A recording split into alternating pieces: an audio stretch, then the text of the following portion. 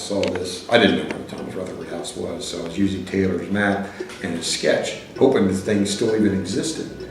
And so when I came into town and lined it all up, I thought, that's Bob and Virginia's house.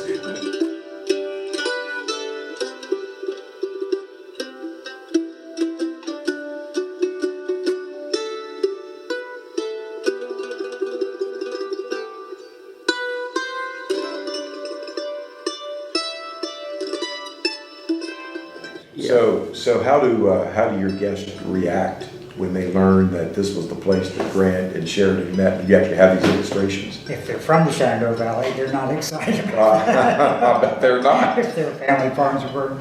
But most guests are just amazed that this would be the location, and they're shocked, that these guys were here. And have you seen this preliminary sketch of the house? Yes. Yeah. So that shows the color, it marks the date. Yes. Marks everything right on the. Right on it. Yes, exactly. Yeah. What was one reason that you purchased this property? I'm a history major, so I told my wife we could do anything we wanted to do. It need to have some kind of history to it. So this was perfect. Where are you from originally? Originally Alabama. Alabama? Yeah. Oh, yeah, well. You're thinking of regiments, aren't you? A lot of Alabama troops passed through Charlestown Yeah. and were in this area during the war. And most of my relatives stayed down south, so they were No. in Tennessee. We haven't said something about the room we're in. No. But not only are we in Carriage Inn, but why don't either of you pick up on that? This is, what about this room? What's its historical significance? At the time, this was called the East Parlor, and the preliminary illustration we were talking about identifies this as the room that they met in. That's correct.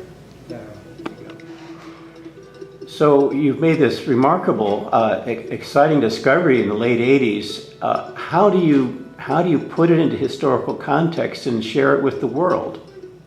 Well, this had to be a book. In fact, Taylor had put it together to have it published. It never was. And so his dream was never fulfilled. So all these illustrations and his diary just were unknown. And so as a historian, as a professional historian myself, one of the greatest things about history is being a detective.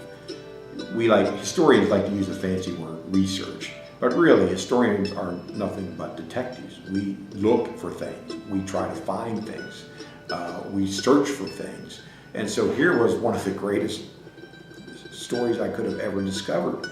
And maybe in all the years that I've been a historian, still probably rates as the greatest story I've ever discovered, the James Taylor sketchbook. But it wouldn't do any good for me just to discover it and then come home and do nothing with it. Except, guess what I found? Guess what I found? No, that's not what I was interested in.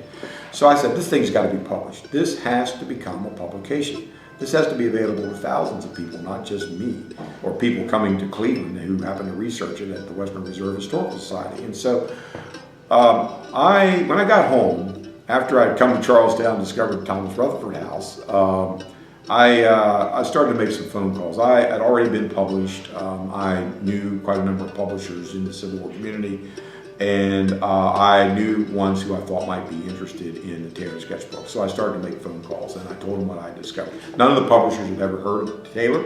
They didn't know anything about him. They didn't know anything about the sketchbook. But I described what I discovered, and didn't take long to have a response. One in particular, Robert Younger, Morningside Press, Dayton, Ohio.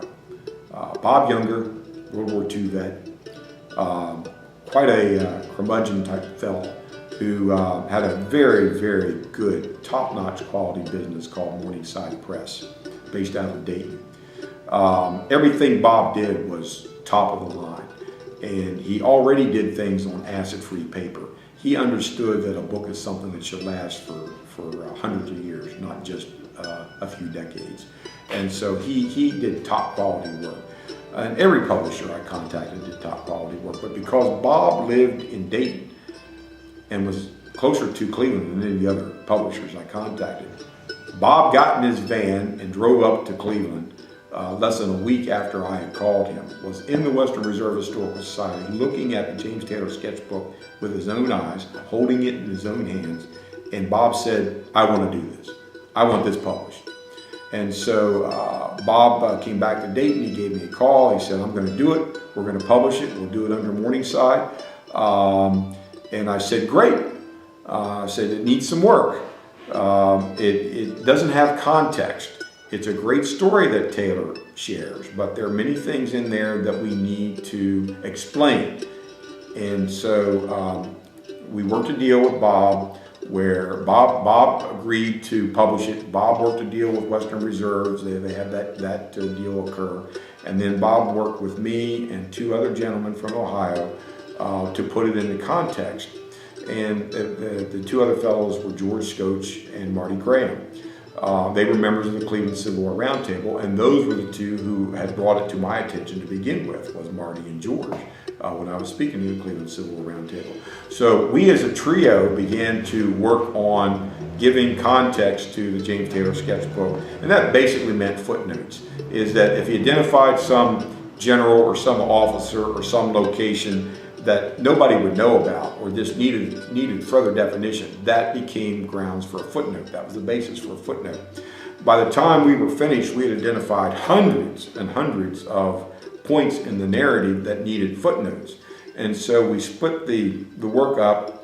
Marty would take some of it, George took some of it, I took some of it.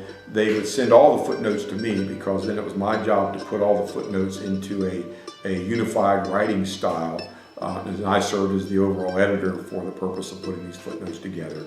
And then I also did the table of contents and the index in the rear. The index is a massive index, way more detailed than any index you'll find in almost any book.